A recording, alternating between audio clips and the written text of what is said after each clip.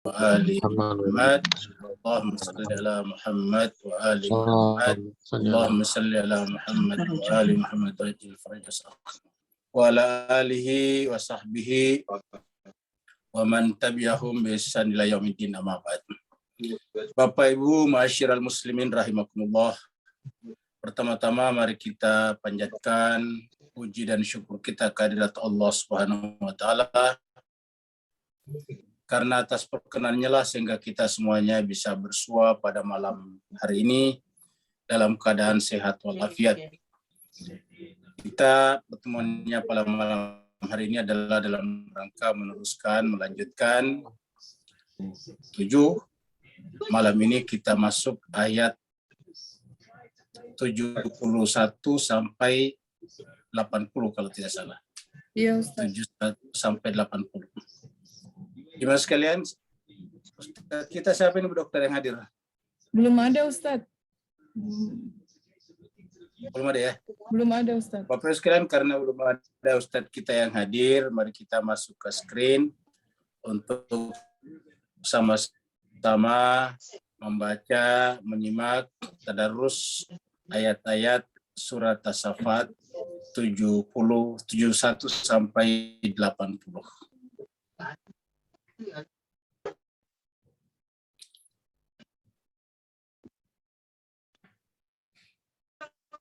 A'udzu billahi minasy syaithanir rajim. Bismillahirrahmanirrahim. A'udzu billahi minasy syaithanir rajim. Bismillahirrahmanirrahim. Walaqad dhalla qablahum aktsarul awwalin. Walaqad dhalla qablahum aktsarul awwalin. Wa qad arsalna fihim mundirin. Walaqad arsalna fihim mundirin. Fanzur kaifa kana akibatul munzirin. Fanzur kaifa kana akibatul munzirin. Illa ibadallahil mukhlasin. Illa ibadallahil mukhlasin. Walaqad nadana Nuhun falani'mal mujibun.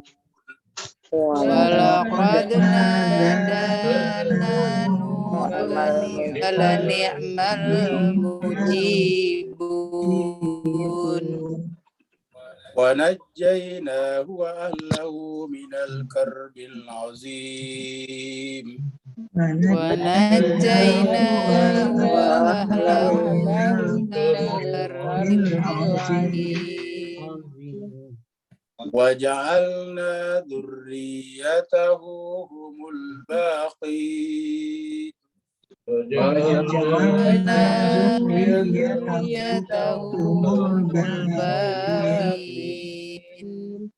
Wa tarakna alaihi fil akhirin.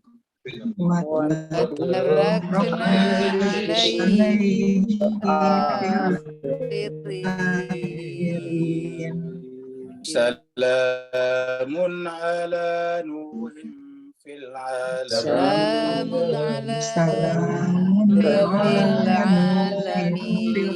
Inna kadzalika najzil muhsinin.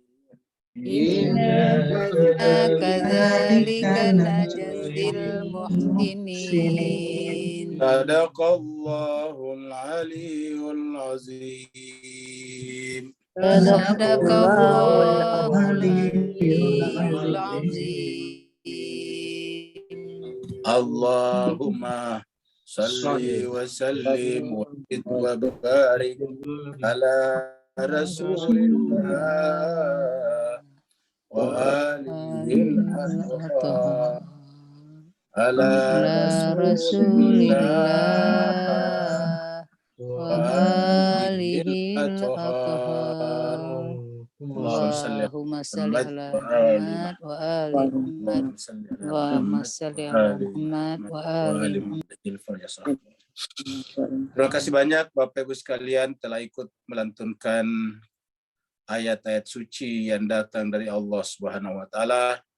Semoga Allah Subhanahu wa taala menyuruh seluruh malaikat-malaikatnya untuk menyertai kita semuanya dalam setiap keadaan, sehingga kita berada dalam suasana kesucian sebagaimana malaikat-malaikat Allah SWT berada dalam kesucian. Surat As-Saffat adalah surat yang ke-37. Safat artinya yang bersaf-saf. Dan kita lihat di alam semesta semuanya bersaf-saf. Semut-semut juga kalau berjalan bersaf-saf. Hewan-hewan juga di alam juga kalau berjalan bersaf-saf. Burung-burung juga di angkasa kalau terbang juga bersaf-saf. Maka harusnya manusia malu apabila sudah diberikan akal pikiran, dijadikan sebagai makhluk yang paling tinggi derajatnya, yang paling dimuliakan, tetapi kemudian susah untuk membangun saf di antara mereka. Surat As-Saffat, surat 37, turun di Mekah dan karenanya disebut dengan surat Makkiyah. Ini lihatlah, burung-burung atau hewan pun di udara juga berjalan dengan bersaf-saf. Surat As-Saffat artinya bersaf-saf, ini turunnya di Mekah, karenanya disebut surat Makkiyah, jumlah ayatnya 182 ayat. Terakhir pada hari Rabu yang lalu, kita sudah sampai di ayat 69-70. Kita review 69-70 sebelum kita lanjut, yaitu kita berbicara sebelumnya tentang orang-orang yang hanya menyandarkan kepercayaannya, agamanya pada kebiasaan-kebiasaan orang-orang terdahulu, orang tuanya terdahulu. Bukan berarti apa yang diamalkan orang tua kita selalu salah, tetapi tidak selamanya juga benar. Apa sebabnya? Karena orang tua kita bisa saja juga terpengaruh oleh lingkungannya, terpengaruh oleh pendahulu-pendahulunya yang juga belum tentu benar. Karena kebenaran bukan tergantung pada banyak atau sedikit, bukan tergantung pada terdahulu atau terkemudian. Kebenaran tergantung kepada kebenaran. Kebenaran seperti cahaya yang tidak membutuhkan cahaya untuk menunjukkan dirinya. Kebenaran juga tidak membutuhkan apapun untuk menunjukkan kebenaran dirinya. Karena kebenaran adalah cahaya yang menerangi dirinya dan menerangi lingkungan di sekitarnya. Apabila kita cuma ikut-ikutan saja, maka kita diibaratkan seperti orang-orang yang tertutup matanya, lalu memegang gajah. Kalau ada 10 orang yang memegang gajah, di tempat yang berbeda-beda, maka ada juga 10 pendapat mereka tentang gajah, dan tidak ada satupun dan di antara 10 orang itu yang mewakili gajah secara utuh. Apa sebabnya? Karena mereka hanya menyandarkan persepsinya pada sentuhan tangannya yang sangat terbatas itu. Sehingga mereka yang memegang gadingnya gajah menganggap gajah itu keras seperti tulang, yang memegang belalainya menganggap gajah itu lemah gemulai, yang memegang kakinya menganggap gajah itu besar sekali seperti pohon kelapa, dan seterusnya. Nah, jemaah sekalian berbahagia, dan ini kemudian diwariskan kepada anak-anak selanjutnya, generasi-generasi selanjutnya. Kalau ini terjadi, dapat kita bayangkan kalau gajah saja susah untuk dipersepsi secara keseluruhan, bagaimana pula dengan sebuah ajaran yang turunnya kepada manusia paripurna. Ingat, manusia paripurna. Lalu kemudian datanglah kemudian kita belakang hari yang tidak paripurna, yang tidak sempurna, yang tidak perfect. Sehingga apa yang terjadi? Cara kita beragama pun seperti itu. Agama yang begini besar, lalu kemudian kita persepsi masing-masing berdasarkan kebiasaan-kebiasaan yang kita terima dari pendahulu kita, akhirnya jangan heran di satu agama biasa terjadi perang di antara mereka. Apa sebabnya? Masing-masing mempertahankan persepsinya dan menistakan persepsi orang lain. Allah berfirman, A'udzubillahi minasyaitonirrajim, Bismillahirrahmanirrahim. Innahum alfau aba'ahumud dhalin. Sesungguhnya cara beragama mereka adalah mengambil. Kata-kata alfa mendapati, kita artikan saja mengambil, mewarisi dari orang-orang tua mereka, aba'ahum. Padahal orang tua mereka sesat. Kalau orang tuanya benar, masih bagus. Tapi kalau ternyata sesat, apalagi Bapak Ibu sekalian, kalau kita berbicara tentang kebenaran, kebenaran itu sebetulnya tidak bisa diwarisi. Kebenaran itu harus dipelajari. Untuk membuat perumpamaan, kita umpamakan Bapak Ibu semuanya adalah guru matematik. Bapak Ibu, anggaplah Bapak Ibu semuanya adalah guru matematik. Bukan hanya guru, tapi guru besar, profesor matematik. Pertanyaannya ialah, bisakah ilmu matematikanya Bapak Ibu diwariskan kepada anaknya secara otomatis? Jawabannya tidak bisa. Iya. Anak-anaknya bisa bangga bahwa orang tua saya adalah ahli matematik. Orang tua saya, ayah, bunda saya adalah pakar expert dalam bidang matematik. Tetapi yang bersangkutan tidak akan pernah memahami matematik kalau dianya sendiri tidak mempelajari matematik. Jadi anak biologis kita tidak otomatis menjadi ahli matematik kalau dia tidak mempelajari secara sungguh-sungguh ilmu matematika. Ulangi lagi, harus mempelajari sungguh-sungguh. Kalau yang bersangkutan juga mempelajari, seperti mana orang tuanya dari SD suka matematik, SMP, SMA, sampai masuk perguruan tinggi, ambil jurusan matematik, S1, S2, S3 matematik, nah barulah dia akan juga memiliki pengetahuan yang sempurna seperti orang tuanya. Jadi jemaah sekalian, kalau matematika saja, kalau ilmu ekonomi, kalau ilmu akuntansi, kalau ilmu sosiologi, kalau ilmu antropologi saja tidak bisa diwariskan secara otomatis kepada anak keturunan kita, apatah lagi kalau itu adalah agama.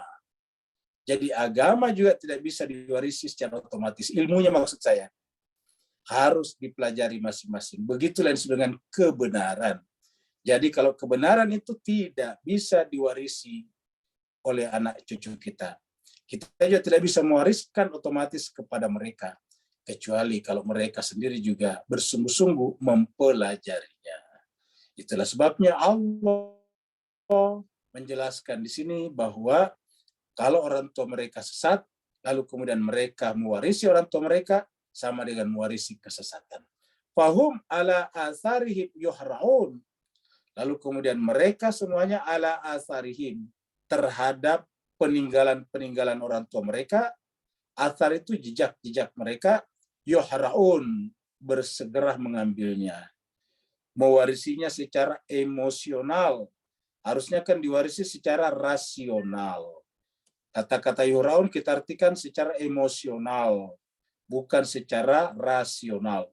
Kalau kita mewarisi sesuatu secara rasional, artinya kita mewarisi secara kritis namanya. Karena yang disebut dengan rasional itu adalah hasil daripada berpikir kritis, critical thinking namanya. Berpikir kritis, hasilnya namanya rasional. Artinya kita terima yang sejalan dengan hukum-hukum rasio dan kita tolak. Nah, yang sejalan dengan hukum-hukum rasio itulah kebenaran. Karena kebenaran bisa ditemukan oleh manusia, oleh apanya? Oleh rasionalitasnya. Nah, sayangnya yang mereka warisi secara bersegera atau emosional adalah jejak-jejak kesesatan mereka. Sekarang kita masuk pada ayat 71. Ini adalah ilustrasi daripada mewarisi. Ya, ini adalah ilustrasi. Anggaplah yang di bawah ini adalah generasi baru. Yang di atas ini adalah generasi tua. Generasi orang tua kita. Generasi moyang kita. Sedangkan ini adalah generasi kita. Nah, kita sebagai orang yang tidak melihat, buta, mencoba minta tolong kepada pendahulu kita.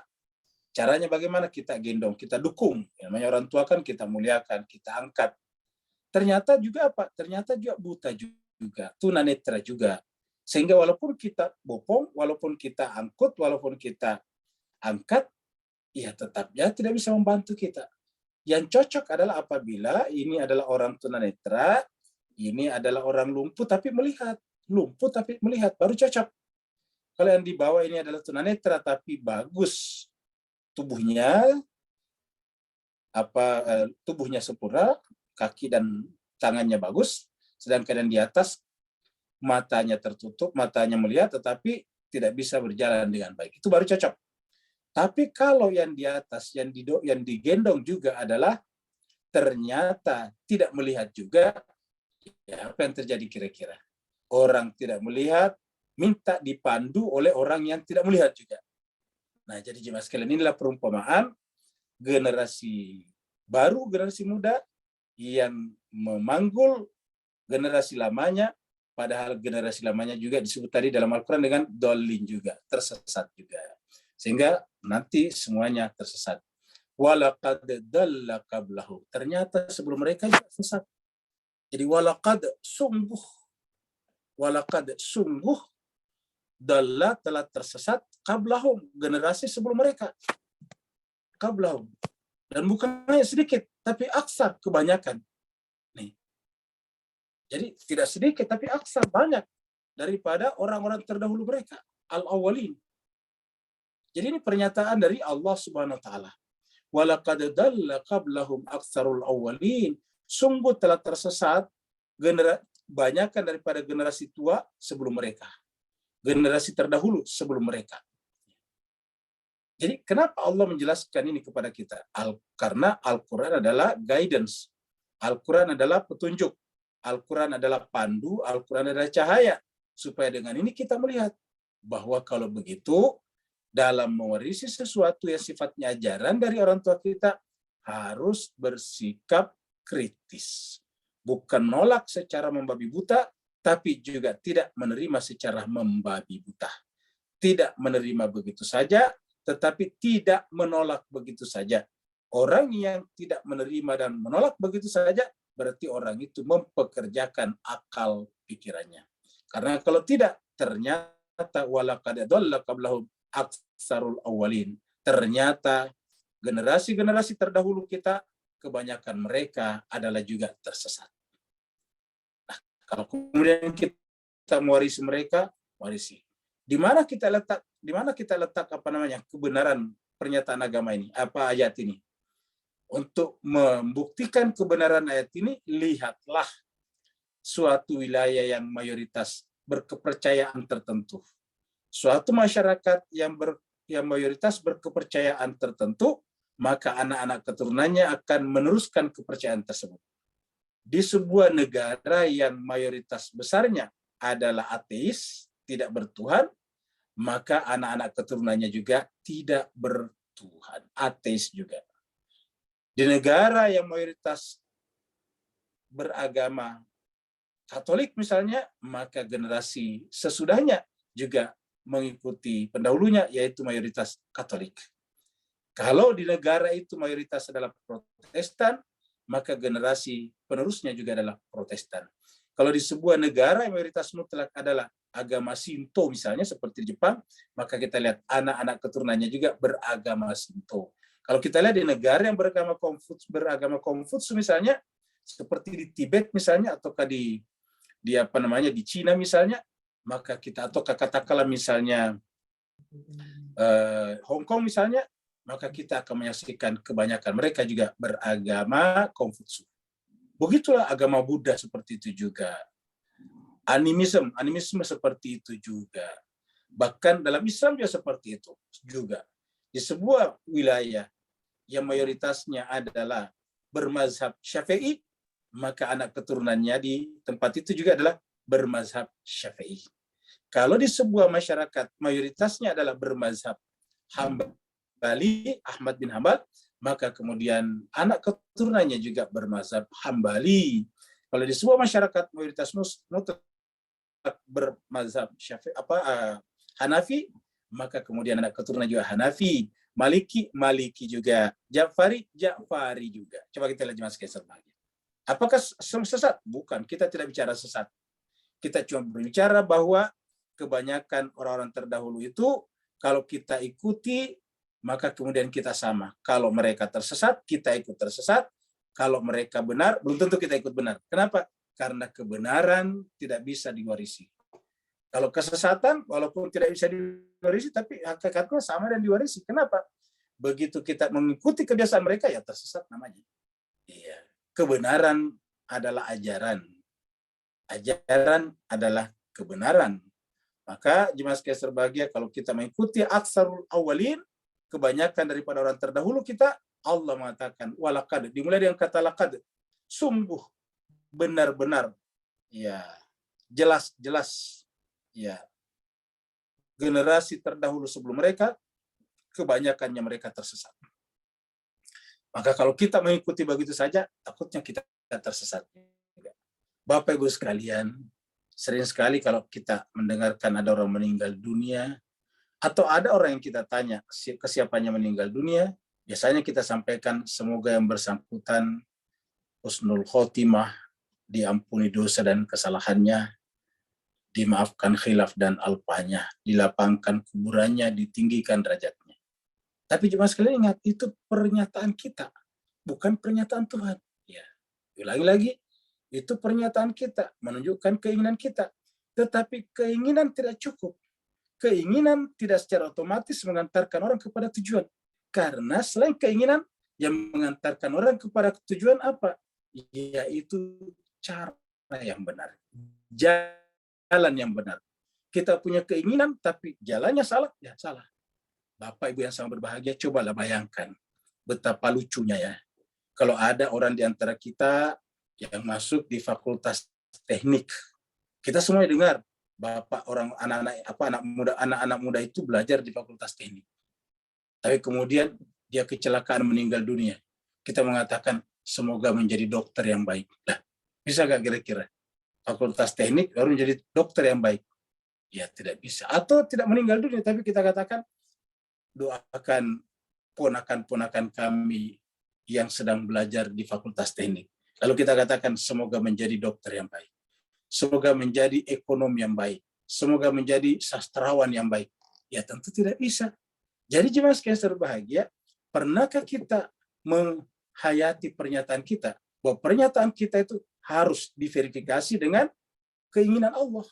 Keinginan kita belum tentu sama dengan keinginan Allah. Jalan kita belum tentu jalan yang diinginkan oleh Allah Subhanahu wa Ta'ala. Oleh sebab itulah, semua kita pasti berharap diampuni dosanya, dimaafkan khilaf dan alpanya, dimasukkan ke dalam tempat yang paling indah, yaitu surga.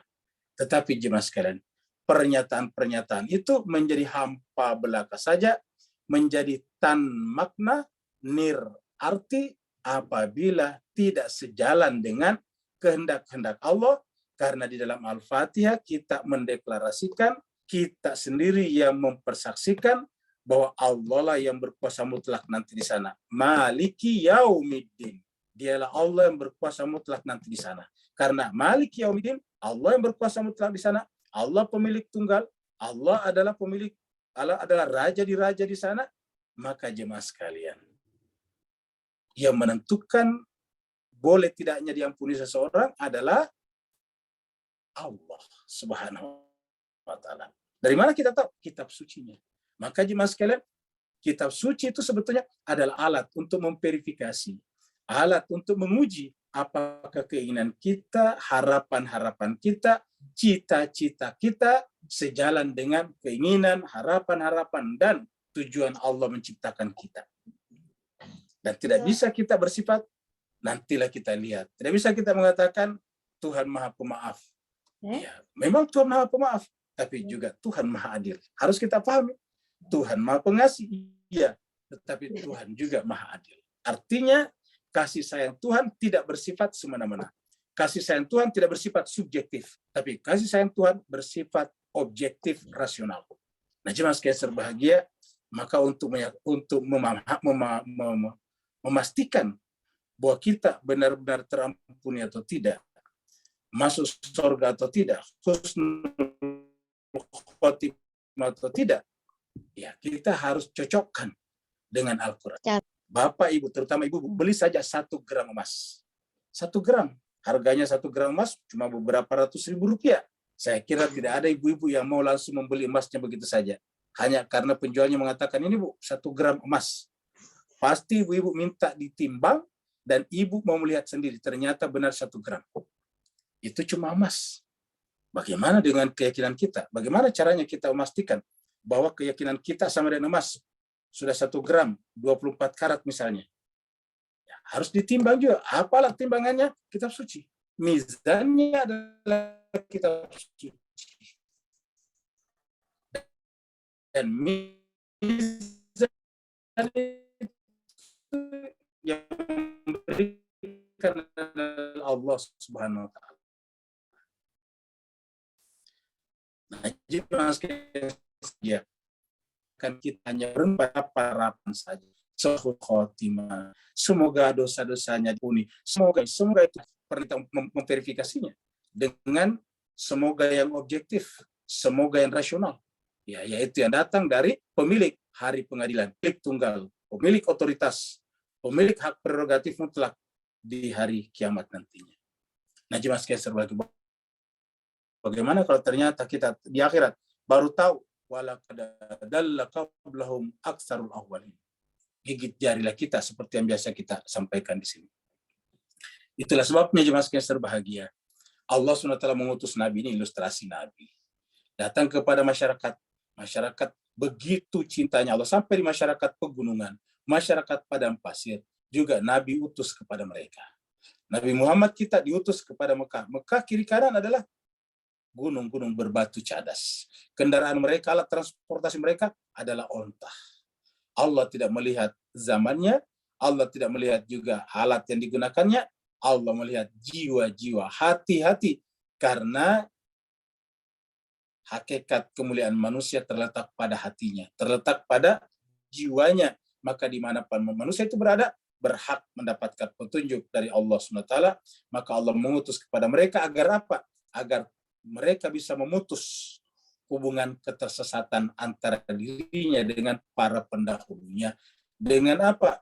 Dengan meminta, mengajarkan kepada mereka untuk bersikap kritis dan rasional. Walaqad arsal, sungguh kami telah mengutus. Muncul lagi walaqad, supaya mereka tidak mengikuti moyang-moyang mereka, pendahulu-pendahulu mereka yang ternyata kebanyakan adalah tersesat. Maka sebagai wujud kasih sayang Allah, sungguh kami mengutus. Walaqad arsalna, sungguh kami mengutus. Fihim, di tengah-tengah mereka. Sungguh kami mengutus fihim, di tengah-tengah mereka. Apa? Yaitu munzirin, pemberi peringatan.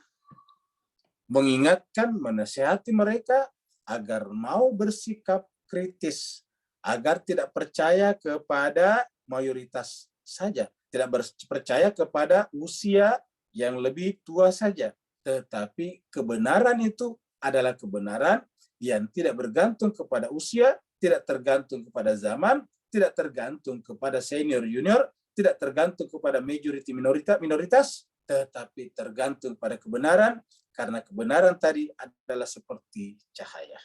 Walaqad arsalna fihim mundirin, sungguh kami mengutus di tengah-tengah mereka mundir, pemberi peringatan. Maka jemaah sekalian berbahagia, setiap ustadz, setiap ulama yang benar-benar menghabiskan waktunya untuk mengajarkan Al-Quran kepada umat adalah bagian daripada munzirnya Rasulullah Sallallahu Alaihi Wasallam. Kenapa? Karena munzir di sini adalah dari Allah. Apa itu munzir? Yaitu adalah Al-Quran. Adalah orang yang membacakan Al-Quran. Jadi walaqad arsalna fihim munzir. Kami utus di tengah-tengah mereka pemberi peringatan. Apa isi peringatannya? Ya, peringatan dari Allah, yaitu kitab suci Al-Quran. Jadi kalau kita belajar Al-Quran, Bapak Ibu sekalian, kita sedang mencoba memverifikasi kepercayaan kita, keyakinan kita, pengetahuan kita, apa benar atau tidak. Seperti mana kalau kita membeli emas tadi, kita timbang. Timbangannya namanya alat untuk menyamakan persepsi kita antara penjual dan kita sebagai pembeli. Allah mengatakan, banyak manusia sebelumnya, ya tadi awalin masyarakat sebelumnya, mereka membangun peradaban. Ini rumah-rumah ini mewah pada zamannya. Untuk ukuran pada zamannya mereka membuat rumah-rumah seperti ini, tentu sangat bagus pada saat itu. Ya. Banyak orang di antara kita sekarang, terutama di negara yang besar seperti Indonesia, yang penduduknya masih tinggal di kolong-kolong jembatan, di pinggir-pinggir rel kereta. Tapi lihatlah mereka pada saat itu sudah membuat bangunan-bangunan dari batu yang bersusun. Kan ini berarti pada zaman ini termasuk adalah rumah yang bagus. Lihat, sudah punya jendela-jendela seperti ini. Tetapi kemudian mereka hanya merupakan peninggalan saja. Ini tadinya adalah rumah-rumah yang dibanggakan oleh pemiliknya. Sekarang rumahnya masih ada, pemiliknya sudah tidak. Ya. Allah berfirman, fanzur, maka perhatikanlah. Kaifa kana akibatul mundarin. Perhatikanlah bagaimana akibat, bagaimana kesudahan. Akibat itu kesudahan, akhir. Jadi perhatikanlah.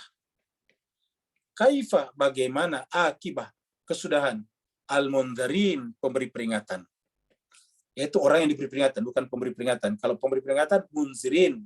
Ini adalah munzirin yang diberi peringatan. Jadi yang diberi peringatan, apa akibatnya? Lihat tadi rumah-rumah seperti itu. Sudah diberikan peringatan, mereka tidak mendengarkannya. Kenapa mereka tidak mendengarkannya? Karena waktunya hanya habis merenovasi, meningkatkan, mengupgrade rumah-rumah mereka.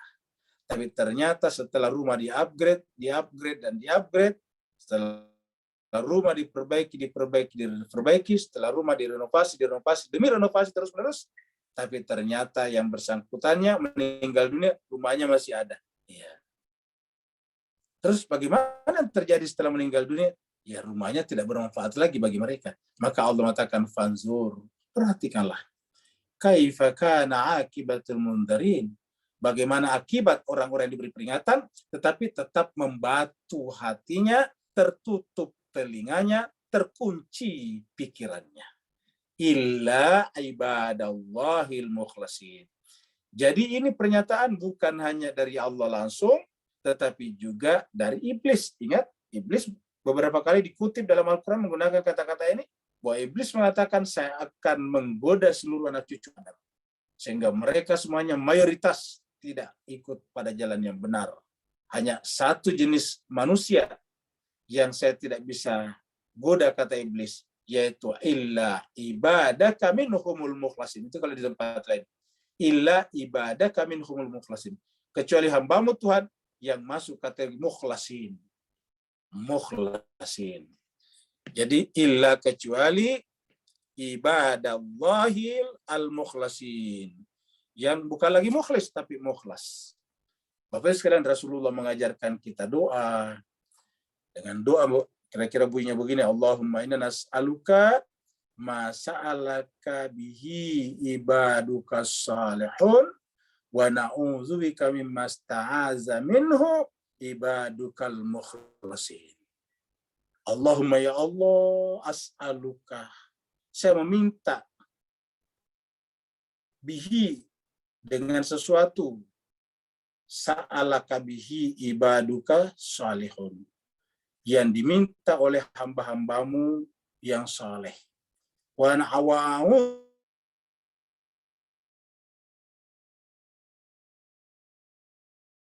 masta'aza, dari mana juga minta perlindungan ibadukal mukhlasin, hamba-hambamu yang mukhlas. Jadi kita lihat di situ ada dua. Allahumma inna nas'aluka ma sa'alaka bihi ibaduka salihun wa na'udzubika mimma sta'aza minhu ibadukal mukhlasin. Ya Allah, aku minta kepadamu apa saja yang diminta oleh hamba-Mu yang saleh. Karena kita tidak bisa mempersepsi mereka. Maka kita minta, ya Allah, aku minta kepadamu apa yang diminta oleh hamba-hamba-Mu yang saleh, dan aku berlindung. Kenapa berlindung? Karena kita lihat yang tidak bisa digoda oleh syaitan iblis hanyalah al-mukhlasin. Maka kita mengatakan, dan aku berlindung. Wa a'udzubika mimasta'adza minhu ibadukal mukhlasin. Dan aku berlindung kepadamu ya Allah, di mana orang-orang mukhlas dari hamba-hambamu juga berlindung daripadanya. Maka seperti mana dalam ayat ini? Illa ibadallahil mukhlasin. Yang tidak bersikap lalai terhadap pemberi peringatan adalah hanya hamba-hamba yang mukhlas. Bukan mukhlis, ingat, mukhlas. Illa ibadallahi mukhlasin. Kata ibad sendiri sudah tingkatannya tinggi. Nah, ternyata di antara ibad ada lebih tinggi lagi, al-mukhlas. Ya, ibad ini kita sudah terangkan bentuk jamak dari kata abad. Ya, nabi-nabi, rasul-rasul, Allah SWT memberikan sesuatu yang luar biasa, terutama jadi nabi, ketika berhasil menjadi abad. Dalam Al-Quran dikatakan, wa ibadur rahman alladzina yamshuna 'alal ardi haunan wa idza khatabahumul jahiluna qalu salam. Hamba-hamba ibadur rahman, ciri-cirinya kalau berjalan di muka bumi, haunan, humble, sederhana, wara, tawadu, zuhud, diganggu, dijahilin oleh orang-orang yang jahil, maka kemudian menjawabnya dengan kata-kata qalu salama, selamat. Ibadur Rahman. Ketika Nabi Muhammad kita bepergian dalam rangka Isra Miraj disebut dengan ibad, abad. Subhanalladzi asra bi abdihi lailan minal masjidil haram. Begitulah seterusnya abad selalu. Pauha ila abdihi ma auha. Allah kemudian mewahyukan kepada abdihi, hambanya, apa yang dia inginkan wahyukan. Jadi artinya apa abad? Nah, di sini ada lagi dikatakan illa ibadallahil mukhlasin. Jadi ini adalah penyipatan terhadap ibadah Allah, kecuali hamba-hamba Allah yang mukhlasin, yang sudah mencapai derajat mukhlasin. Dan inilah yang juga disebutkan dalam beberapa ayat berkaitan dengan iblis yang tidak bisa digodanya. Ya, saya tidak akan sanggup menggoda hamba-hamba yang mukhlasin. Ya, kita bisa lihat misalnya di dalam surat 15, ya, surat Al-Hijr. Surat Al-Hijr, maaf internetnya agak lelet ya. Iya, ini lelet ya.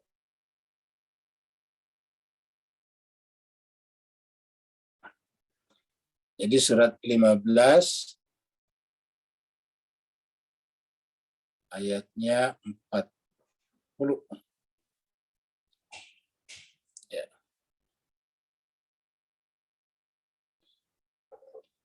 Qala, iblis berkata, Rabbi wahai Tuhanku, bima agwaitani, karena kamu telah memvonis aku sesat, la uzayyinanna lahum, saya akan jadikan indah bagi mereka fil ard, kehidupan di muka bumi.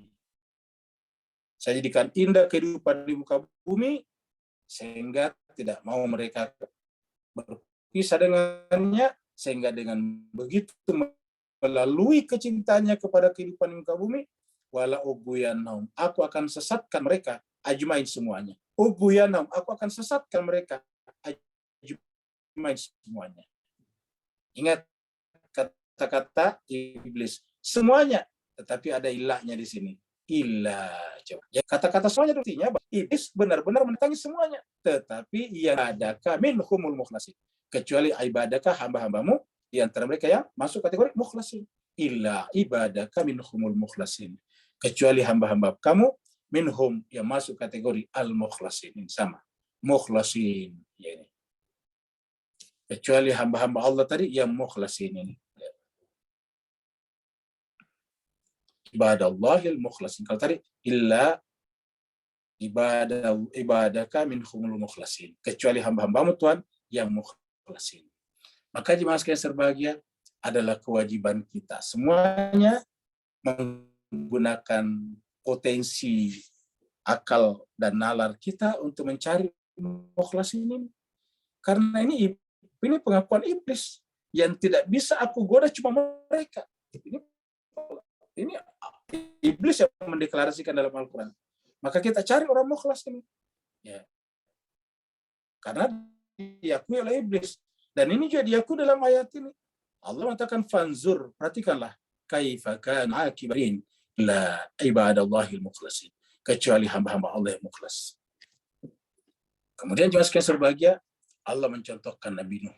Di tempat lain kita pernah bahas bahwa Nabi Nuh ini berdakwah tidak tanggung-tanggung. Sampai 950 tahun. 950 tahun. Ya. Nabi Nuh berdakwah. Tetapi generasi demi generasi datang, Nabi Nuh tetap ada, hidup. Tetapi setiap generasi datang, lebih memilih orang-orang tua pendahulu mereka daripada Nabi Nuh sendiri. Nabi Nuh lebih tua daripada orang tua mereka. Tetapi orang tua mereka, generasi pendahulu mereka, yang tadi disebut kebanyakan mereka tersesat, mereka lebih ikuti daripada Nabi Nuh sendiri. Bahkan tidak jauh-jauh dari Nabi Nuh, bahkan istri Nabi Nuh, anak Nabi Nuh sendiri, terpengaruh oleh kelompok yang banyak ini. Ya, dia melihat ayahnya cuma seorang diri saja. Mereka juga seakan-akan melihat ayahnya juga seperti orang gila. Masa bikin perahu di atas gunung? Ya. Menghabiskan waktunya bikin perahu di atas gunung. Terus dia berbeda dengan masyarakat lain. Dia seakan-akan hidup dengan dirinya sendiri. Maka istrinya, anaknya juga meninggalkannya. Tetapi ketika Nabi Nuh berdoa, menyampaikan, mengadukan nasibnya yang diperlakukan nista selama 950 tahun. Maka Allah mendengarkan doanya, lalu kemudian menenggelamkan mereka semuanya. Walaqad nadana Nuhun. Dan sungguh Nabi Nuh menyeru kami. Walaqad, dan sungguh nadana, telah memanggil kami, berseru kepada kami, Nabi Nuh. Nuh telah menyeru kepada kami. Walaqad nadana Nuhun. Lalu kemudian fala ni'mal mujibun. Dan kami, kata Tuhan, Allah adalah mujib. Dia adalah sebaik-baik yang menerima, yang mengijabah permintaan. Manusia lain bisa mengijabah permintaan kita. Kita minta pertolongan kepada sesama, dia bisa bantu kita, tetapi tidak semua permintaan kita dijabah. Kenapa? Karena mereka juga terbatas. Orang tenaganya terbatas, waktunya terbatas, juga kemampuannya terbatas, juga sumber dayanya terbatas, juga ekonominya, semuanya serba terbatas, sehingga tidak bisa memenuhi seluruh permintaan kita. Tapi Allah, fala ni'mal mujibun. Allah itu adalah sebaik-baik, senikmat-nikmat al-mujibun, yang mengijabah doa. Gimana sekian serbagian Nabi Nuh ini, sebelum dia berdoa seperti ini, dia abadikan dalam surat Nuh. Coba kita lihat bagaimana Nabi Nuh kepada umatnya. Surat 71. Ya. Kita lihat apa kata berkenaan dengan Nabi Nuh di sini. Ini. Ya qaumi inni lakum nazir. Ini tadi munzir. Yang menurut saya adalah pemberi peringatan mubin yang nyata. Ya. Dia katakan, ane budullah, sembahlah Allah, wattaqu wa atiun. Sembah supaya mengampuni dosa-dosa kalian. Jadi mereka meminta kepada mereka untuk mereka juga supaya Allah mengampuni dosa-dosa kalian. Wa yu'akhirukum ila ajalin musamma, lalu kemudian tidak membinasakan kalian nantinya, dan seterusnya. Baru kemudian Nabi Nuh melapor di sini ayat 5. Qala, ini Nabi Nuh berkata, Rabbi, wahai Tuhanku, ini sungguhnya aku da'autu qaumi lailan wa nahara. Wahai Tuhanku, da'autu, aku telah mengajak, aku telah berdakwah qaumi, kepada kaumku, bukan hanya malam hari, tetapi lailan wa nahara, malam ataupun siang. Bayangkan kerja Nabi Nuh. Saya sepanjang 950 tahun. Jadi kerjanya Nabi Nuh selama 900 tahun lebih hanya mengajak kaumnya, da'autu qaumi lailan wa nahara, siang dan malam, tidak ada kerjaan yang lain kecuali menasihati mereka, mengajak mereka untuk kembali kepada Tuhannya, untuk kemaslahatan mereka juga, yaitu agar Allah mengampuni dosa-dosa mereka. Yaghfir lakum min dzunubikum. Tetapi mereka semuanya, apa kata Nabi Nuh? Falam yazidhum du'ai illa firara. Ya Allah, tetapi doaku, seruanku, panggilanku kepada mereka tidak menambah apa-apa bagi mereka, illa kecuali firara, semakin lari. Coba. Mereka semakin lari daripada Nabi Nuh. Kata Nabi Nuh, lam yazidhum du'ai. Ya Allah, seruanku, doaku, dakwaku kepada mereka tidak menambah apa-apa kecuali semakin lari daripada aku, juga semakin lari daripadamu. Wa inni kullama da'autuhum, sungguhnya aku, kata Nabi Nuh, tiap kali aku mendakwai mereka, kullama da'autuhum, tiap kali aku menyeru mereka, mendakwai mereka, litaghfira lahum, supaya engkau Tuhan memaafkan, mengampuni dosa-dosa mereka. Ingat jemaah sekalian, ini menunjukkan Nabi Nuh ingin meminta ampunkan mereka, tapi kalau mereka sendiri tidak menginginkannya, jemaah sekalian berbahagia. Betapa sering kita minta ampunkan orang-orang di antara kita, tapi pertanyaan, apakah yang bersangkutan juga bersungguh-sungguh pengen diampuni? Iya. Karena kita lihat di sini, jangankan kita, Nabi Nuh sendiri mengatakan, kullama da'autuhum, setiap kali aku mengajak mereka Tuhan, supaya li taghfira, supaya engkau mengampuni mereka. Tapi apa yang terjadi? Ja'alu asabi'ahum, dia meletakkan jari-jari tangan mereka fi azanim, artinya menutupkan. Kalau kita menutupkan, setiap kali aku ajak mereka untuk mendekat kepadamu, untuk kemaslahatan mereka juga, supaya mereka diampunkan dosanya oleh kamu Tuhan, tetapi setiap itu juga meletakkan jari-jarinya, menutupkan jari-jari tangannya di telinga-telinga mereka. Wastaghshaw thiyabahum, bahkan mereka menutup muka mereka dengan baju-baju mereka. Coba, Bapak bisa bayangkan bagaimana Nabi Nuh diperlakukan seperti itu. Wastaghshaw thiyabahum, pakaian-pakaian mereka ditutupkan kepada wajah-wajah mereka. Wa asarru wastakbaru istikbara, dan asarru terus-menerus begitu Tuhan. Wastakbaru, yaitu istikbar dengan sombong-sombong, sesombong-sombongnya. Coba kita lihat jemaah sekalian bahagia. Seorang Nabi Nuh 900 tahun diperlakukan seperti itu. Setiap datang menasihati umatnya atau kaumnya tadi, yang terjadi adalah menutup telinganya, menutup kupingnya, atau menutupkan kain di wajahnya agar tidak dilihat oleh Nabi Nuh dan mereka tidak berjumpa dengan Nabi Nuh. Coba. Jadi melihat saja wajahnya Nabi Nuh, mereka tidak mau, sampai menutupkan kain di wajahnya, baju di wajahnya. 900 tahun, Bapak Ibu jemaah sekalian. Walaqad nadana Nuhun fala ni'mal mujibun. Setelah itu kemudian pada akhirnya Nabi Nuh berdoa, dan doa Nabi Nuh dijabah Allah Subhanahu wa taala. Maka kemudian badai itu datang. Topan itu pun tiba. Banjir bah terjadi. Perahu Nabi Nuh yang sejatinya di atas gunung mulai mengapung. Dan kaumnya yang tadinya hanya menutupkan tangannya di kupingnya atau menutupkan bajunya di wajahnya supaya tidak berjumpa dengan Nabi Nuh, tenggelam. Dan tidak bisa lagi naik di atas perahu Nabi Nuh. Wa najjainahu, akhirnya kami selamatkan Nabi Nuh. Najjainahu wa ahlahu, dan keluarganya. Di tempat lain dikatakan kecuali istrinya. Minal karbil azim, atau ke anaknya juga. Minal karbil azim, dari bencana yang besar. Bencana yang besar. Jadi karb azim, ya, dari bencana yang besar. Makanya dia mengatakan Karbala itu singkatan dari karb dan bala. Ya, ujian yang sangat fatal, yang sangat besar. Minal karbil azim, dari bencana yang besar.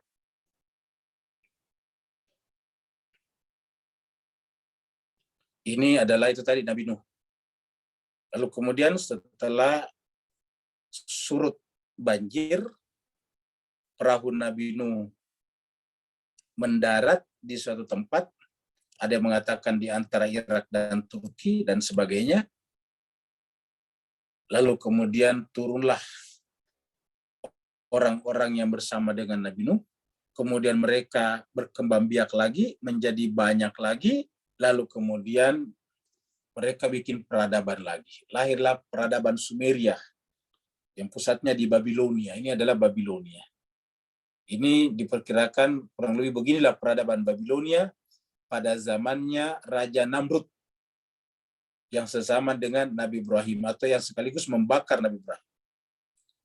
Jadi ini adalah manusia generasi keberapa ya? Nabi Nuh, setelah Nabi Nuh ada Nabi Adam setelahnya yaitu Nabi Hud. Nabi Hud ada lagi berikutnya yaitu Nabi Soleh. Kemudian berikutnya lagi ada Nabi Ibrahim. Nah, Nabi Ibrahim itu adalah pada zaman Babilonia. Wa ja'alna zurriyatahu, dan kami jadikan zurriyatahu, keturunannya. Keturunan siapa? Keturunan Nabi Nuh dan juga orang-orang yang berada di atas perahu. Humul baqin, mereka lah yang meneruskan kehidupan di muka bumi. Baqin itu artinya tetap ada. Zuriat Nabi Nuh dan orang-orang di atas perahu lah yang tetap ada. Wa ja'alna zurriyatahu humul baqin. Zuriat mereka lah yang tetap kekal. Ini Bapak Ibu jemaah sekalian berbahagia, kita bisa lihat pada yang raja-raja terdahulu yang aniaya, yang zalim, itu boleh dikata tidak ada lagi keturunannya sampai sekarang. Yang tetap adalah justru keturunan nabi-nabi yang ruang hidupnya dipersempit pada saat itu. Contohnya misalnya keturunan daripada Yazid sampai sekarang tidak ada. Ya. Tapi keturunan daripada Rasulullah, padahal mereka dikorbankan berkali-kali, tetap ada sampai sekarang. Wa ja'alna zurriyatahu, kami jadikan zuriat daripada Nabi Nuh humul baqin, bertahan hidup. Dialah yang meneruskan kehidupan di muka bumi. Wa tarakna alaihi fil akhirin. Wa tarakna, kami tinggalkan, kami jadikan peristiwa tenggelamnya kaum Nabi Nuh ini alaihi, atasnya, atas kejadian itu sebagai tanda, sebagai pelajaran fil akhirin untuk generasi-generasi yang datang kemudian. Jadi sebagai pelajaran. Jadi kita artikan tarakna, kami tinggalkan sebagai pelajaran. Ya. Jadi kami tinggalkan Nabi Nuh dan pengikutnya sebagai pelajaran fil akhirin untuk generasi-generasi umat-umat manusia yang datang kemudian. Jadi dibiarkan Allah itu terjadi supaya kemudian menjadi prasasti bersejarah, supaya menjadi bukti-bukti historis bahwa memang itu pernah terjadi, bahwa orang-orang yang durhaka dihilangkan. Jemaah sekalian berbagi, terlepas daripada orang durhaka atau tidak, tetapi siapapun di antara kita cepat atau lambat akan meninggal dunia. Tidak ada di antara kita yang bisa menerka kehidupan ini. Ya. Kami punya teman di pengajian di sini, kita ada pengajian yang Pak Saniman juga hadir di sini. Sekalian jemaah kita di sini ada Pak Saniman, ada Ibu Ida Firdaus, dan juga biasa Ibu Maghdalia Jemaah Haji biasa hadir. Kita punya pengajian namanya pengajian Nur Insan. Salah seorang jemaah kita itu rajin setiap pagi-pagi pasti menyapa seluruh jemaah. Termasuk tadi pagi masih menyapa jemaah. Jadi pagi-pagi pasti mengucapkan salam, assalamualaikum pada semuanya. Dan setiap orang membalas, dibalas lagi. Ternyata jemaah sekalian tadi pagi masih sempat mengucapkan salam, dan kemudian membalas lagi setelah dibalas salamnya, tetapi hanya hitungan menit kemudian terdengar berita yang bersangkutan meninggal dunia karena kecelakaan. Luar biasa jemaah sekalian. Namanya Bapak Haji Suprayono STMM. Nah, jadi Bapak Ibu jemaah sekalian, begitulah umur. Pagi-pagi masih menyapa yang lain di dalam grup kita. Kalau pengajian hari Sabtu pagi hampir tidak pernah tidak hadir. Ya. Kalau kita punya pengajian hari Sabtu pagi, ya, jam 8.30 hampir tidak pernah tidak hadir, selalu hadir. Iya, tentu kecuali besok karena tadi telah meninggal dunia. Nah, jadi jemaah sekalian berbahagia, begitulah umur. Dia sehat. Pagi-pagi masih menyapa yang lain. Setelah sapaannya, setelah salamnya dibalas, dia juga mengucapkan terima kasih lagi atas balasan atas sapaannya. Hanya hitungan beberapa menit kemudian, tiba-tiba salah seorang di antara jemaah di kita juga mengucapkan innalillahi wa inna ilaihi rajiun, dan hampir semua kita tidak percaya karena tadi barusan, sehingga diminta klarifikasi, benar gak Pak Suprayono itu? Ternyata benar. Bapak Ibu sekalian, ketika telah mengucapkan selamat pagi dan salam kepada jemaah, dia mungkin ingin keluar dari rumahnya, pas keluar mengalami kecelakaan dan meninggal dunia. Bapak Ibu jemaah sekalian berbahagia, begitulah kita ini manusia. Kita ini rapuh. Kita tidak pernah bisa menduga kapan kita harus dipanggil oleh Allah SWT. Usia bukanlah ukuran satu-satunya. Sakit bukanlah penyebab satu-satunya. Kematian bisa terjadi setiap saat. Apa sebabnya? Penyebab utama dan pertama daripada kematian adalah hidup. Siapa saja yang hidup berarti siap-siap menerima kematian. Karena kematian selalu menutup setiap yang hidup. Kullu nafsin za'iqatul maut. Setiap yang hidup pasti akan berjumpa dengan kematian. Kaifa takfuruna billahi wa kuntum amwatan fahyakum summa yumitukum. Kok bagaimana bisa kalian manusia ini ingkar kepada Tuhan kalian? Ingkar kepada pencipta kalian.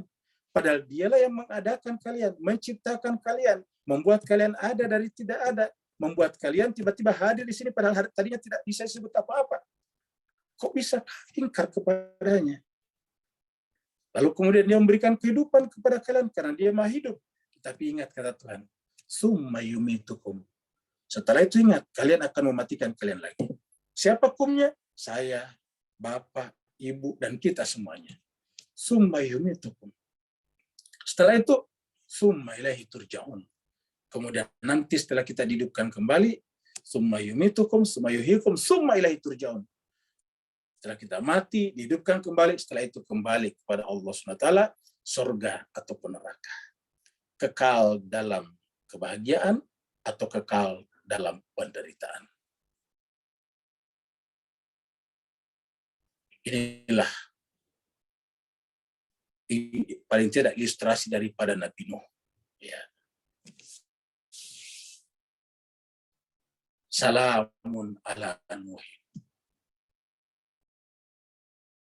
Jadi yang disebut berhasil bagi para nabi bukan banyaknya pengikutnya juga.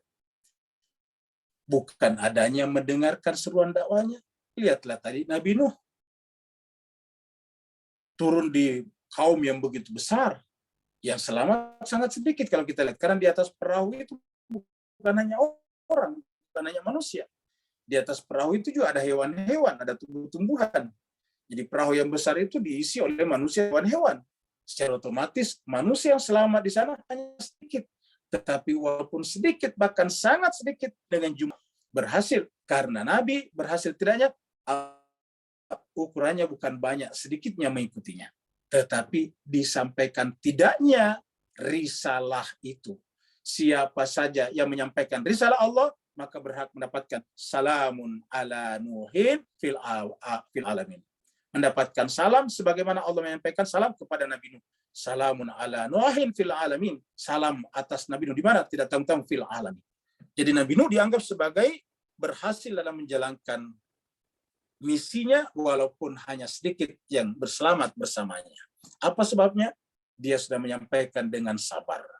Dia sudah menyampaikan dengan penuh dedikasi, dengan penuh pengabdian, dengan keikhlasan, dengan redha, tawakal atas risalah yang Allah embankan kepadanya. Inna kadzalika najzil muhsinin. Allah mengatakan sungguhnya kadzalika, yang demikian itu, najzi, kami berikan balasan al muhsinin. Jadi yang namanya muhsin terdefinisikan dari sini. Jadi muhsin ini ditemukan dari mana? Dari Nabi Nuh. Jadi kita belum tentu masuk kategori muhsin. Kalau kita lihat, bayangkan Nabi Nuh 900 tahun dia mengajak umatnya. Tetapi Nabi Nuh dengan sabar, dengan penuh dedikasi, dengan penuh tawakal, terus-menerus melakukannya. Mendapatkan hinaan, mendapatkan cacian, mendapatkan serangan fisik dan non-fisik, mendapatkan kekerasan fisik dan kekerasan non-fisik, kekerasan verbal, kekerasan kata-kata, disebut sebagai tukang sihir, disebut sebagai orang yang bodoh. Kenapa masa bikin perahu di atas gunung? Luar biasa. Salamun ala Nuhin fil alamin. Tetapi Allah tetap mengatakan salamun ala Nuhin fil alamin. Salam atas Nabi Nuh fil alamin, di seluruh alam. Kenapa diucapkan salam? Allah mengatakan inna. Karena begitulah kami.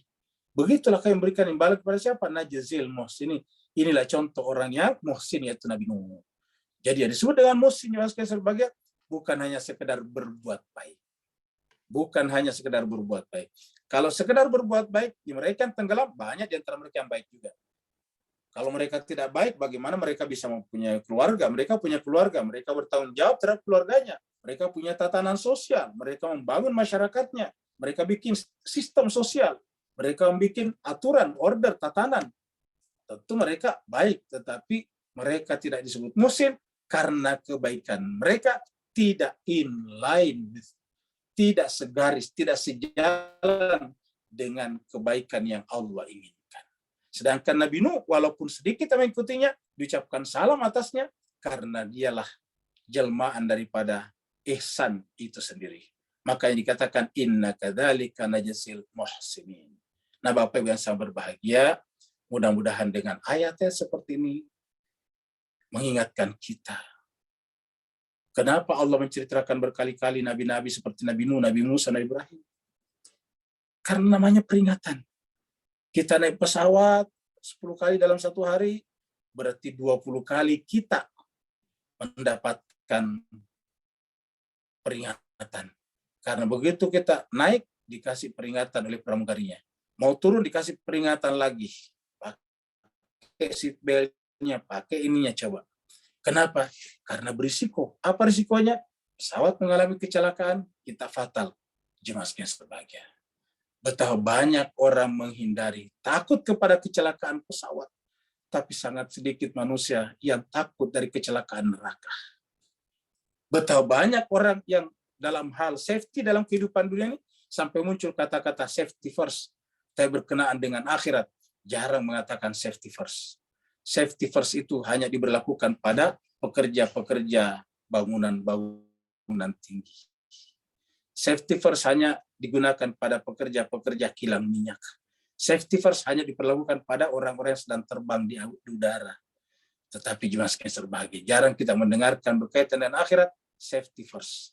Padahal jemaah sekalian berbahagia, secelaka-celakanya kita dalam kehidupan dunia, ada batasnya, yaitu apa? Kematian. Tetapi kalau akhirat, tidak ada batasnya.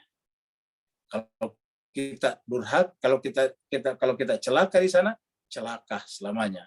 Nah, jemaah sekalian berbahagia, bukankah akhiratlah sebetulnya yang perlu kita gembar-gemborkan, safety first. Terima kasih banyak. Wa'alafu minkum, yang mau bertanya dipersilakan. Waalaikumsalam. Waalaikumsalam warahmatullahi wabarakatuh. Silakan Pak Nur. Alhamdulillah, barakallahu fiik. Azim. Ustaz, kalau boleh diizin 2 soalan Ustaz. Ya, silakan.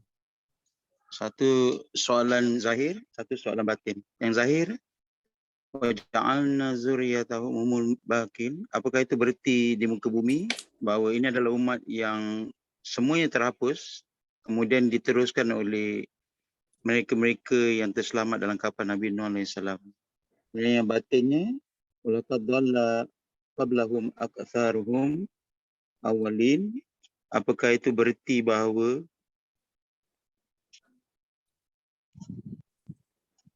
di akhir zaman ni,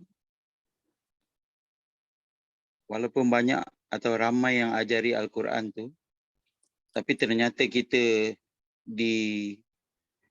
disuapkan dengan isi ajaran yang bagai fatar morgana, hingga akhirnya kita tak kesampaian mi'raj rohani untuk sampai menuju kepada Allah SWT.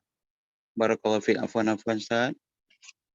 Baik, terima kasih banyak Pak Nur. Jadi Bapak sekalian, ada satu patah kata dari Pak Nur tadi yang bagus, yaitu tentang fata morgana. Bapak sekalian bayangkan kalau agama diajarkan bagaikan fata morgana. Agama diajarkan kita dihibur-hibur seakan-akan selamat di akhirat. Agama mengajarkan kepada kita bahwa di sana kamu dapat air. Ternyata setelah sampai di akhir, ternyata itu bukan air, tetapi dahaga. Padang pasir yang tandus, neraka yang panas. Kalau di dunia kita dapatkan fata morgana masih bisa, kekecewaan masih bisa diobati. Kita tinggal jalan mundur saja. Kalau kita sudah datang ke suatu tempat dan ternyata di tempat itu tidak ada air, yang ada adalah fata morgana, kita bisa berjalan mundur lagi untuk kembali ke tempat semula mencari air. Tapi bagaimana kalau Bapak Ibu sekalian di akhirat? Dan ternyata kita di akhirat baru tahu bahwa ternyata yang kita dapatkan di dunia hanyalah fata morgana saja. Celakalah kita jemaah sekalian. Nah, oleh sebab itulah Allah menjelaskan di sini di dalam ayat ini. Ya, jadi di sini berkali-kali Allah berbicara tentang apa yang disebut dengan zuriat. Jadi kita sampaikan bahwa konsep keberagaman samawi, adalah zuriat, bukan yang lain. Kita ulangi lagi, konsep keberagamaan agama samawi adalah zuriat. Zuriatnya Nabi Nuh di sini yang dimaksud, kemudian bakin, dia akan tetap. Zuriatnya Nabi suci pasti akan tetap. Ya, kita lihat zuriatnya Nabi Ibrahim akan tetap sampai sekarang. Zuriatnya Nabi Yakub ada sampai sekarang. Zuriatnya Nabi Muhammad ada sampai sekarang. Artinya bahwa poros agama samawi adalah pada zuriat, bukan pada konsep yang lain. Zuriat itu nanti kemudian dipersempit menjadi ahli namanya, keluarga. Dipersempit menjadi keluarga. Kalau zuriat itu kan sampai turun-temurun ke bawah jauh. Tapi yang namanya keluarga, mulai daripada keluarga inti pada saat itu, yang diakui oleh agama. Maka pada saat kita sholat, salawat kita, baik salawat kepada Nabi Muhammad kita, ataupun kepada Nabi Ibrahim alaihissalatu wassalam, selalu berkenaan dengan keluarganya. Dan ini terabadikan melalui sholat. Dan semua mazhab dalam Islam mengakui bahwa sholat itu adalah imaduddin atau amududdin. Semua kita mengakui as-sholatu imaduddin. Sholat itu adalah tiangnya agama. Dalam rukun Islam setelah syahadat, sholat. Bahkan sebetulnya kalau sholat pasti ada syahadat di sana. Diakui bahwa siapa yang melakukan sholat, menegakkan agamanya. Meninggalkan sholat, meruntuhkan agamanya. As-salatu imaduddin, faman aqamaha faqad aqamadin, wa man tarakaha faqad hadamadin. Salat adalah tiangnya agama. Siapa yang melakukan salat, siapa yang menegakkan salatnya berarti menegakkan agamanya, dan siapa yang meninggalkan salatnya berarti meruntuhkan agamanya. Lalu apa yang di dalam salat kita? Salat kita mengajarkan cara selawat, yaitu setelah kita bersyahadat asyhadu anna Muhammadan abduhu wa rasuluh, kita baca Allahumma salli ala Muhammad wa ala ali Muhammad. Selawat kepada Muhammad dan keluarga Muhammad. Kama shallaita, biasanya disambung, ada yang menyambungnya walaupun tidak harus. Kama shallaita ala Ibrahim wa ala ali Ibrahim. Sebagaimana Tuhan kamu telah memberikan selawat kepada Ibrahim dan keluarga Ibrahim. Jadi selalu keluarga dari kata zuriat, bukan yang lain-lain. Nah, ini disebut kali dalam Al-Quran bahwa zuriat Nabi Nuh itulah yang bertahan. Apakah sampai di dunia saja seperti kata Pak Nur tadi? Tidak sampai di akhirat. Kata-kata bakin di sini ada yang kata baqa. Ya. Wa yabqa wajhu rabbika dzul jalali wal ikram. Berarti kebakaan mereka sama dengan kebakaan wajah Allah SWT. Kenapa? Karena mereka adalah dari mukhlasin. Ingat, mukhlasin. Ya. Mereka adalah tak terpisahkan dengan baqa yang asli, yaitu Allah SWT. Mereka sudah tidak ada, yang ada hanya Dia saja. Mereka fana ya, dari dirinya dan kemudian kekal baqa di dalam Tuhannya. Sehingga dikatakan waja'alna zurriyatahu humul baqin. Jadi bukan hanya di dunia tapi di akhirat. Jadi kalau kita ingin juga kekal di akhirat dalam kebahagiaan, maka kita harus bersama dengan Nabi dan zuriatnya juga. Karena di sini wadikan waja'alna zurriyatahu humul baqin. Kami jadikan Nabi Nuh dan zuriatnya sebagai orang-orang yang kekal. Iya. Nah, jadi jemaah sekalian seluruh, sebaliknya nantinya tadinya ditenggelamkan. Tenggelamkan di sini kita sudah terangkan waktu bicara Yasin, tenggelamkan di dunia, kalau di akhirat ditenggelamkan ke dalam azab api neraka jahanam. Nah, Bapak Ibu jemaah sekalian sebagai oleh sebab itulah kesempatan kita sekarang untuk coba memperbaiki cara beragama kita agar alur mata rantai keberagaman kita itu bersambung ke atas sampai kepada Nabi Adam sampai ke akhir melalui apa? Melalui zuriat. Dan itulah yang disebut dengan hablullah, tali agama Allah yang Allah perintahkan kita untuk berpegang kepadanya dengan kata-kata wa'tasimu bihablillahi jami'a wa la tafarraqu. Berpegang teguhlah kalian kepada tali agama Allah semuanya, wa la tafarraqu, dan jangan pernah lepas. Melalui apa? Melalui jalur zuriat tadi ke atas. Dari akhir, mulai daripada yang terakhir sampai nanti ke atas terus sampai kepada Nabi Adam. Sampai kepada Allah. Kenapa? Karena Nabi Adam tadi disebut dengan kuciptakan biadaya, dengan tanganku. Berarti tali itu sampai kepada akhir adalah merupakan asar tangan Tuhan yang paling bersih, suci, zurriyatahu. Maka kalau kita ingin kekal, maka kita harus fana dalam diri kita agar kita kekal bersama mereka di dalam diri Allah Subhanahu wa taala, karena dikatakan wa yabqa wajhu rabbika dzul jalali wal ikram. Terima kasih. Berikutnya lagi. Ya, silahkan Pak Herul. Pak Herul angkat tangan Ustaz. Ya, silakan Rul. Ya, syukur Ustaz. Gini Ustaz, apa namanya? Tolong pencerahannya yang ketika iblis divonis sesat tadi, kemudian ia berjanji untuk menghiasi dunia ini sehingga manusia terbuai. Dengan perbandingannya dengan apa namanya, sabda dari Sayyidah Zainab yang mengatakan maraitu illa jamila. Ya, demikian Ustaz, itu aja. Baik, Syukron. terima kasih banyak. Jadi jemaah sekalian berbahagia, coba kita lihat lagi tadi surat 15 ya, surat 15 tadi kita baca Al-Hijr. Ayatnya kita mulai dari 38 karena tadi itu ayat 40 ya. Kita dari 38. Jadi ini adalah iblis ya. Allah menerima, mengijabah permintaannya iblis untuk ditunda kematiannya hingga akhir zaman, akhir masa. Qala, Allah berfirman, Allah menjawab, fa innaka minal munzarin. Sungguhnya kamu wahai iblis termasuk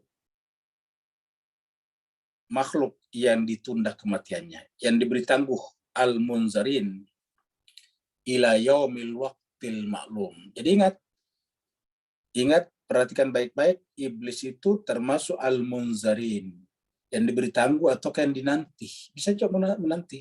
Ya. Karena kita ada penantian.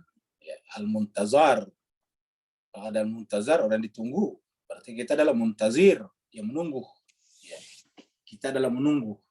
Dari kata nazara juga sama dengan. Bedanya ada muntazar, muntazir. Di sini adalah munzarin, munzir. Yaitu diberi tangguh. Berarti dia akan terus ada. Selama penantian ada, dia juga ada. Ya. Loh, kenapa bisa begitu? Supaya iblis ini tujuannya adalah mendeviasi para penanti dari tujuan penantian itu. Ila yaumil waqtil ma'lum, sampai waktu yang telah ditentukan. Ila yaumil waqtil ma'lum, sampai kepada waktu yang telah dimaklum ditentukan. Qala, setelah dijabah oleh Allah, qala, iblis kemudian berkata, Rabbi, wahai Tuhanku, bima agwaitani, disebabkan engkau telah agwaitani, memvonis aku sesat, la uzayyinanna lahum, maka aku akan menghiasi di mata mereka fil ard, kehidupan di muka bumi ini.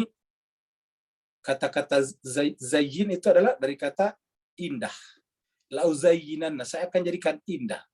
Saya akan menghiasi ya, pandangan mereka tentang dunia. Sehingga setelah mereka menganggap indah dunia, wala ughwiyanahum, aku akan sesatkan mereka. Ajmain semuanya. Illa tadi, illa ibadaka minhumul mukhlasin. Nah, bagaimana dengan pandangan Bunda Zainab yang mengatakan ma ra'aitu illa jamila. Nah, jemaah sekalian berbahagia, kapankah dunia ini menjadi zina, perhiasan? Ya, zayyin itu dari kata zina, perhiasan. apabila menganggap dunia berdiri sendiri. Iya. Lalu kapankah yang kita saksikan adalah keindahan, yaitu Tuhan? Jadi setiap kita menyaksikan apapun di dunia, yang kita saksikan adalah Sang Jamil, yaitu Allah SWT. Marah itulah Jamil, Jamila. Artinya bahwa yang kita saksikan hanya Allah yang Maha Indah.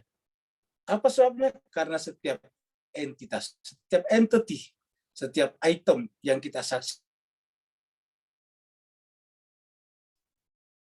suaranya nggak ada. dalam kehidupan bumi ini adalah merupakan tangan kekuasaan Allah Subhanahu wa taala. Apapun yang kita saksikan, kita menyaksikan Allah. Melihat virus, kita menyaksikan Allah. Menyaksikan sel darah merah, menyaksikan Allah.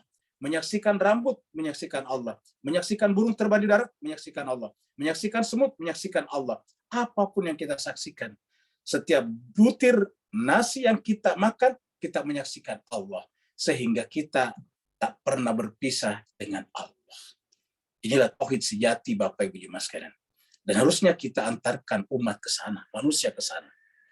Kalau sudah sampai ke sana, yang kita saksikan dari dunia, hakikatnya adalah Allah. Tetapi yang dimaksud iblis di sini diputus. Jadi dunia ini diputuskan hubungannya dengan Al-Jamil, dengan Allah. Sehingga dunia ini disangka indah. Dunia disangka sebagai perhiasan. Padahal keindahan dunia ini adalah merupakan refleksi, pantulan, bayangan daripada keindahan Allah. Sehingga yang benar adalah justru kita melihat dunia ini, kita mengenal Allah. Setiap kita menyaksikan dunia, mengantarkan kita ma'rifat kepada Allah. Itu yang disebut dengan mara'aitu illa jamila. Nah, kalau kita menganggap dunia ini indah, ya kita tertipu. Seperti tadi yang dikatakan Pak Nur, dalam surat An-Nur, kita adalah menyaksikan fata morgana. Yang kita saksikan nantinya adalah fata morgana. Begitu sampai ke sana, ternyata tidak ada. Yang ada adalah padang pasir yang tandus. Tidak ada air di sana. Yang ada seakan-akan air, tapi ternyata bukan air. Seakan-akan selamat, tapi ternyata tidak selamat. Seakan-akan masuk surga, tapi tidak masuk surga. Bapak Ibu bisa bayangkan, kalau fata morgana ini kita buktikan nanti di akhirat. Kalau fata morgana dunia tadi, nggak masalah. Tapi bagaimana kalau di akhirat baru kita tahu bahwa ternyata amalan-amalan kita adalah fata morgana, karena berkali-kali Allah mengatakan dalam Al-Quran, dalla a'malahum. Amal-amal mereka hilang. Habitat a'maluhum. Batallah amal-amal perbuatan mereka. Banyak dalam Al-Quran. Bagaimana kalau ternyata kita masuk dalam kategori itu? Lagi-lagi kita perlu mempelajari ma'rifat kepada Allah. Apakah benar sangkaan kita sama dengan apa yang Allah inginkan? Berikutnya lagi yang mau bertanya silakan Pak Ustaz. Ya, Assalamualaikum Ustaz. Waalaikumsalam warahmatullahi wabarakatuh. Doa yang Ustaz baca tadi panjang sekali. Bolehkah dibaca setiap setelah sholat fardu? Syukron Ustaz. Doa yang apa tadi tuh? Doa yang itu yang Ustaz dawamkan tadi Ustaz. Oke. Jadi jawabannya bisa setiap saat, bahkan waktu kunut bisa dibaca. Ya. Setiap setiap kunut sholat ya. Iya. Jadi setiap kita sholat bisa kunut kah, atau setelah sholat bisa. Kita doa mengatakan Allahumma inna nas'alaka andallahumma inna nas'aluka ma sa'alaka bihi ibaduka salihun wa a'udzubika, atau kalau kita mewakili yang lain kita pakai nun. Kalau cuma diri kita, a'udzubika mimmasta'aza ibadukal mukhlasun. Ya, kalau kita saja, ya kita saja. Apa kalau kita biasanya imam, ya kita pakai nun kalau kita imam doa. Allahumma inna nas'aluka, artinya kami meminta, Allahumma inna nas'aluka ma sa'alaka bihi ibaduka salihun wa na'udzubika mimmasta'aza minhu ibadukal mukhlasun. Syukron Ustaz. Jemaah sekalian berbahagia, ya terima kasih banyak. Jadi ini jemaah sekalian berbahagia, tadi yang dikatakan Pak Nur ini apakah ditanyakan tadi Heru tentang ada orang yang amal-amalnya adalah seperti fata morgana. Jadi ada dalam Al-Quran. Ya. Walladzina kafaru. Adapun orang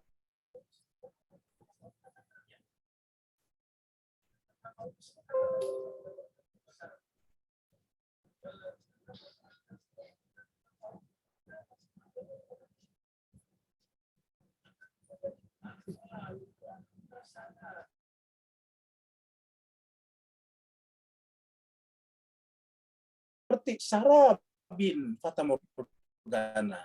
Jadi fata morgana dalam bahasa Arab sarab. Ya. A'maluhum, amal perbuatan mereka kak seperti sarabin fata morgana. Biqi'atin, di tanah yang datar, biasanya di padang pasir.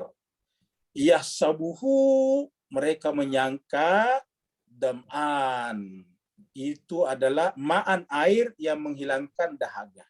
Dam'an itu adalah dahaga, air.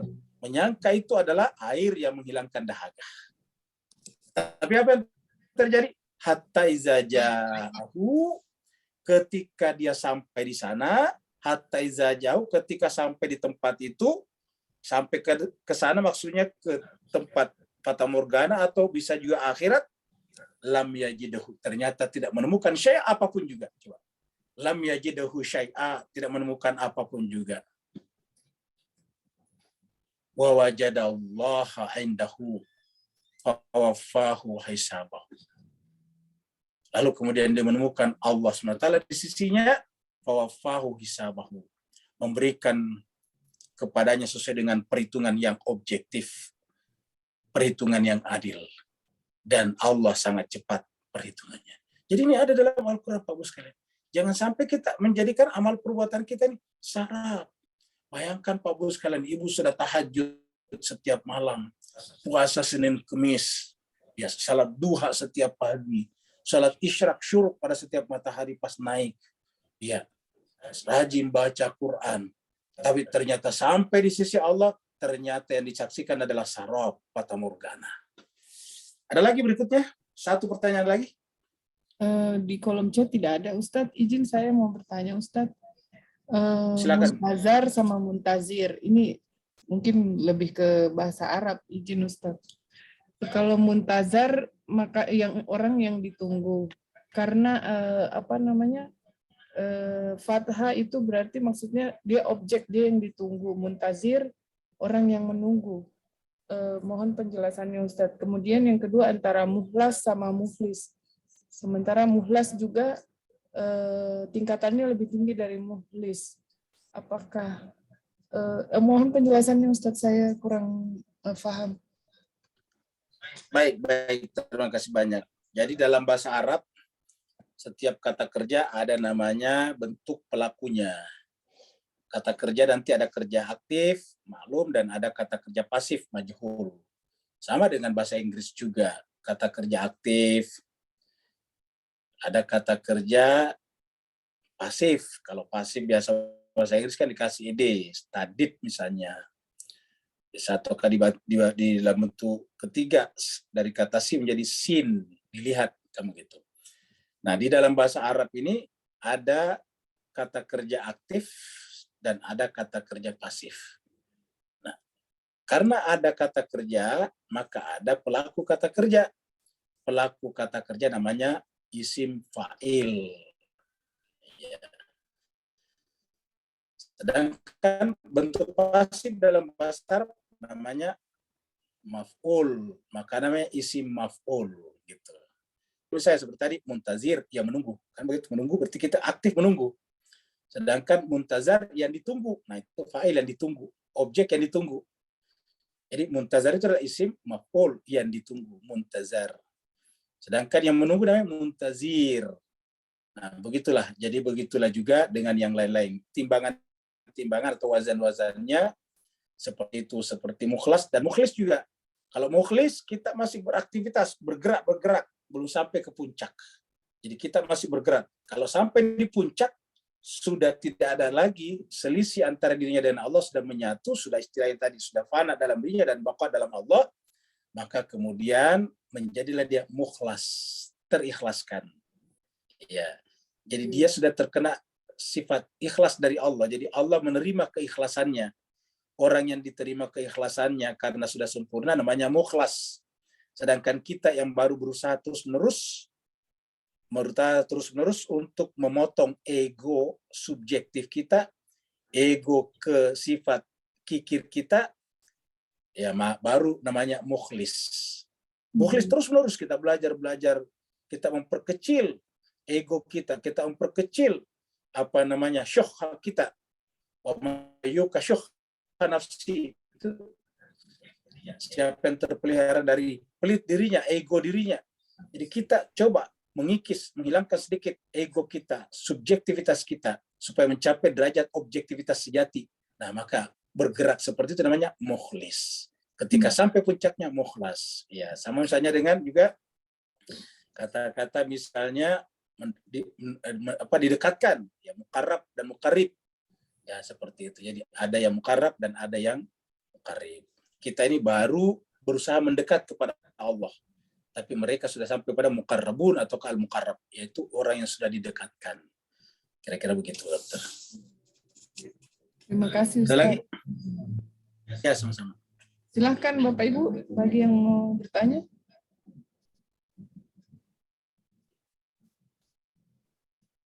Kalau tidak ada, berarti kita akhiri sampai di sini. Terima kasih banyak atas kesertaan Bapak Ibu sekalian. Mohon maaf atas segala kekurangan.